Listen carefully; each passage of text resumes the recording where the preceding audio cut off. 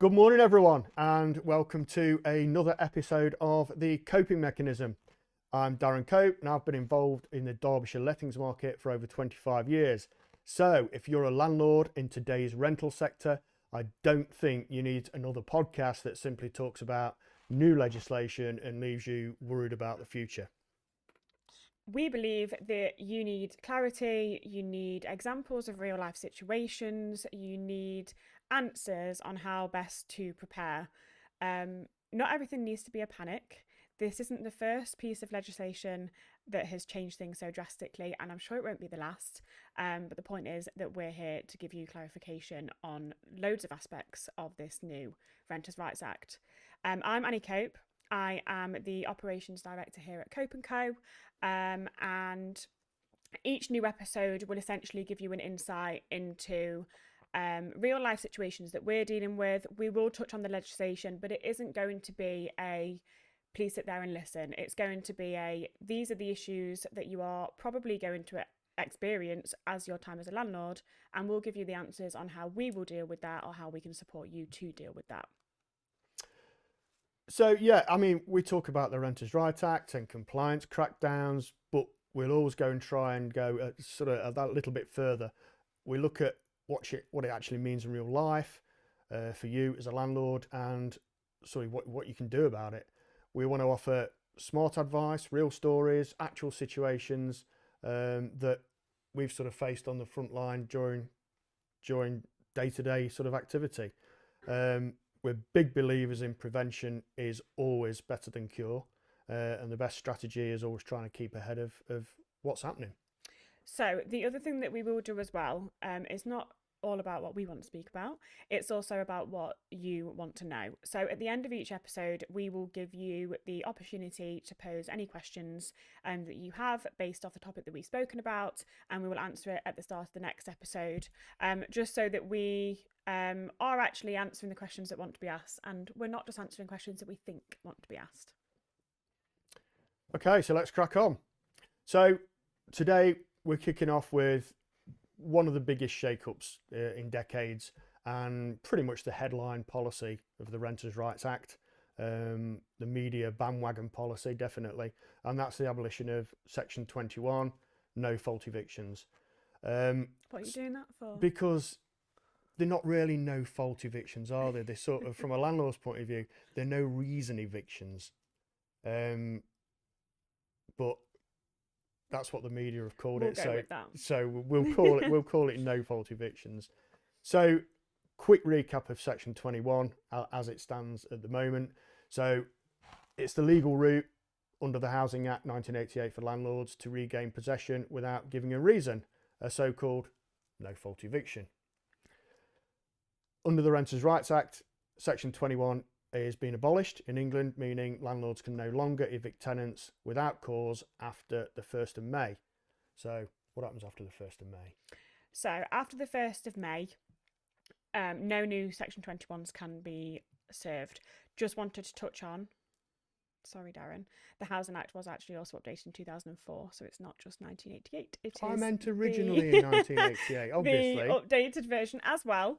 So if we do make future notice, don't worry, we do know what we're talking about. We're just referencing the updated part of the Act as well. So yes, essentially the Section 21 is being abolished. You won't be able to serve them. It doesn't mean that you can never get possession of your property back again. It doesn't mean you need to panic about if there's a valid reason to serve it, you're still going to have that in the form of a Section 8. So, but people don't like change. I think as a British public anyway, we hate change as a nation. So it is just one of those things. But yes, in short, it will be harder. However, it's not impossible. It's an easy one to get your head around because it disappears after the 1st of May. But there are two quite important dates sort of during the transition over that period. So do you want me to go into that? Go on then, you go into that. So any Section 21 notices served before the 1st of May can still be used in possession proceedings. They just have to go to court essentially until before the 30th of July. So practically, bit of an insight into that. I had a conversation with the landlord yesterday. Just to put you right, you mean the 31st of July, don't you? That's what I said. You said the 30th, but you can carry on. We're going to argue like this. It's No, like it's the a family thing 31st of we've got July, going on. obviously, 31 days in July. But yes, I had a conversation with the landlord yesterday. He was panicking, quite rightly. And look, our general advice at the moment is if you're thinking of serving a Section 21, serve it now. You have got until the 1st of May. Are we going to be in a position at that point where the courts are going to be really backed up and it's not going to get heard in court if needed, and therefore it's going to impact your possession proceedings? Most likely, yes. We don't want to get to that point. So better to be safe than sorry. But they're the kind of important dates that are looming, that are coming in. If you're going to be very specific, 30th of April will be the last date you can serve it. And if you want to be even more specific, around 4:30 in the afternoon. If you do that, it's got to be served by hand. You've got to be giving it to the tenant. You're really going into the law. Well, you are. I mean, this is. I mean, because once it's gone, it's gone. So you need to know what to do before it's gone. And ideally, and this is really, you're getting into real detail here, but if you're going to give it to the tenant by hand, get somebody to video it, because otherwise you've got no proof. What we would say is go back to April the 26th if you're going to do it by post, because then it obviously gives time for the tenant to receive it. But that's being very specific. So after the 1st of May, landlords must rely on Section 8 grounds for possession. Now, as Annie said, this means a specific legal reason. These are called grounds, and are things like rent arrears, breach of tenancy, antisocial behaviour, or selling or moving back into the property. Now, that's for its very own podcast. There are 37 grounds, so we'll leave that for later on, because there's more detail to sort of add onto that. So obviously fixed term, a short hold tenancies are also being abolished as well. So as of the 1st of May, every single tenancy that is currently on an AST will then moved on to a short periodic tenancy. Again, that's the next podcast. Yes, that is the next podcast. But we'll go into that a bit further. So again, you can panic because of fixed terms. We've had hundreds of landlords that don't do fixed term renewals and haven't done for upwards of 5 years. And trust me, from conversation with tenants, they're more annoyed than you are as landlords that fixed terms are going. So we'll go into that in a bit more detail. The other aspect that I will, and again, I discuss this a lot with landlords that are panicking or worrying, which is completely understandable. We've never ever served a Section 21 without a valid reason. There doesn't need to be a valid reason, but as a landlord, you're either in this game to be in the game, and you want a tenant in there long term. You want a tenant that's acting in the way that we expect them to, no breach of contract, etc., etc. We all know what we're striving for here, and most of the time a Section 21 is served on the basis of the grounds under a Section 8. The difference is that a Section 21 is just easier to serve. So when you think of it from that aspect, in our operating area, we don't often serve notices for the sake of serving a notice. Either the landlord's selling, the tenant isn't acting in the right way, the property needs works. These are all valid reasons. It's just that you're just going to have to give one. I actually looked at our stats for 2025. Yeah.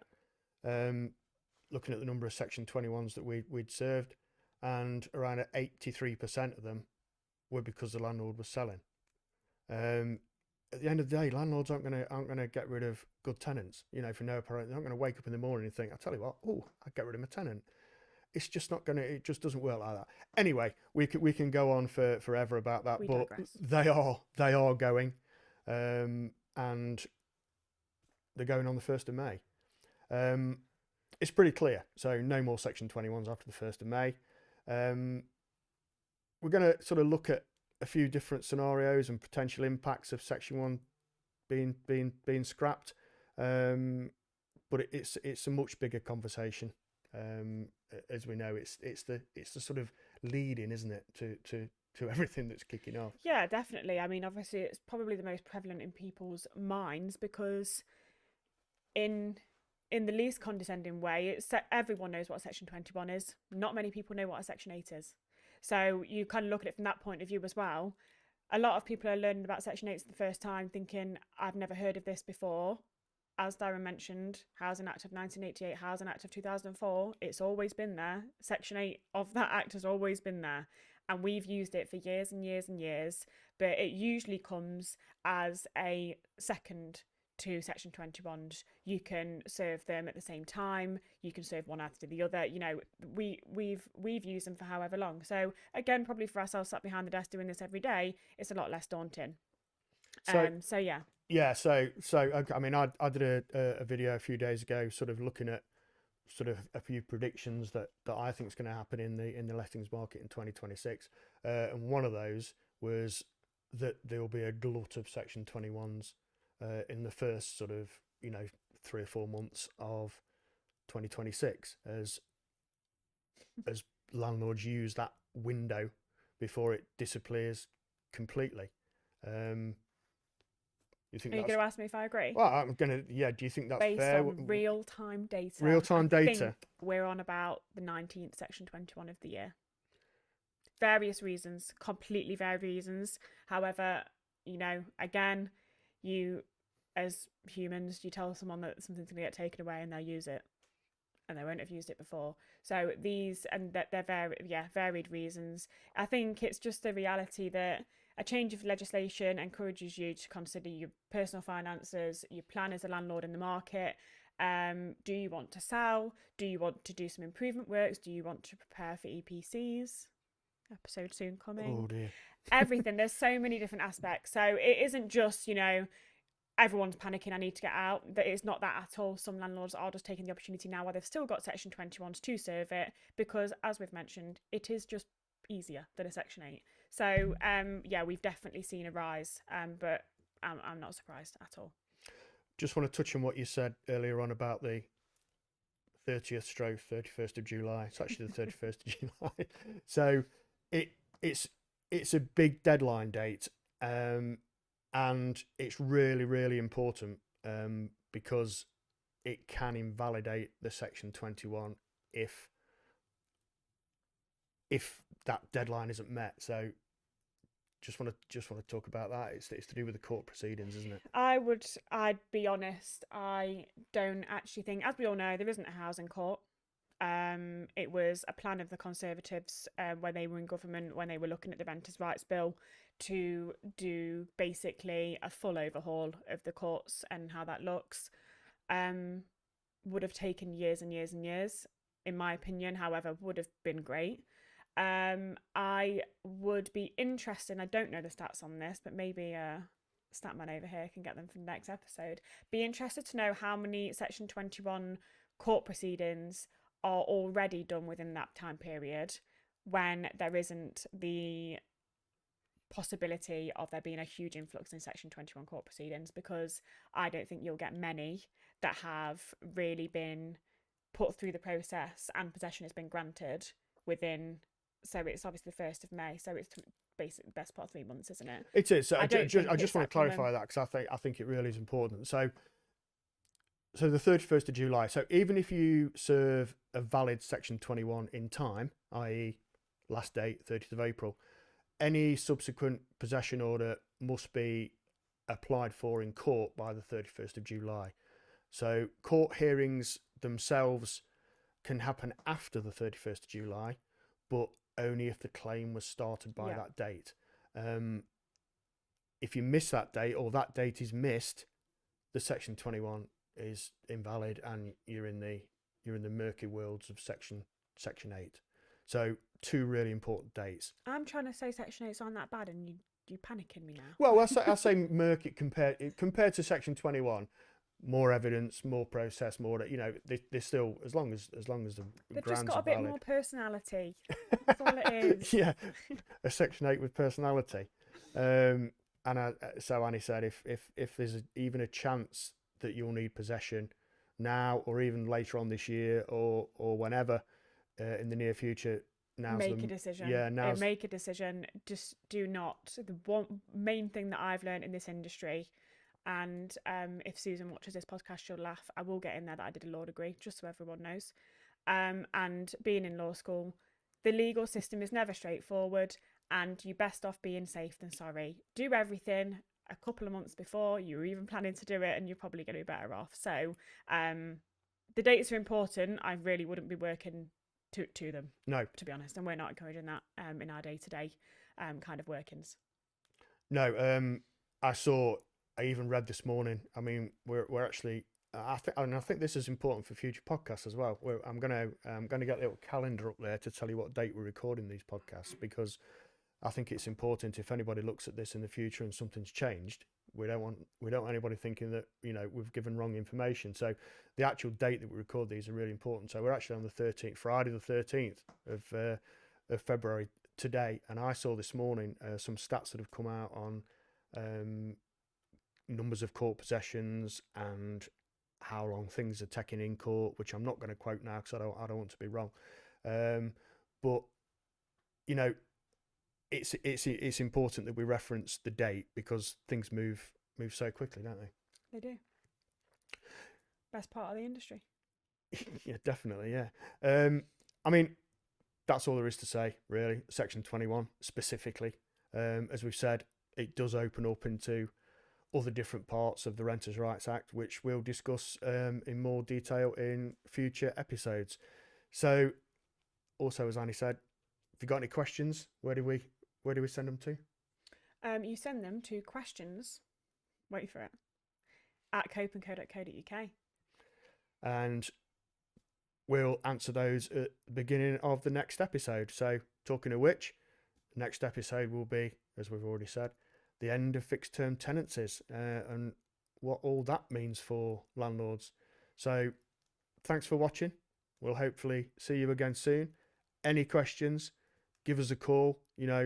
We're always here to offer advice, especially on legal stuff. As Annie says, it can get complicated, and sort of not one thing fits all. It depends on individual circumstances, etc., etc., etc. So, amazing. all good. Perfect. Thanks so much, guys, and we will see you in the next episode.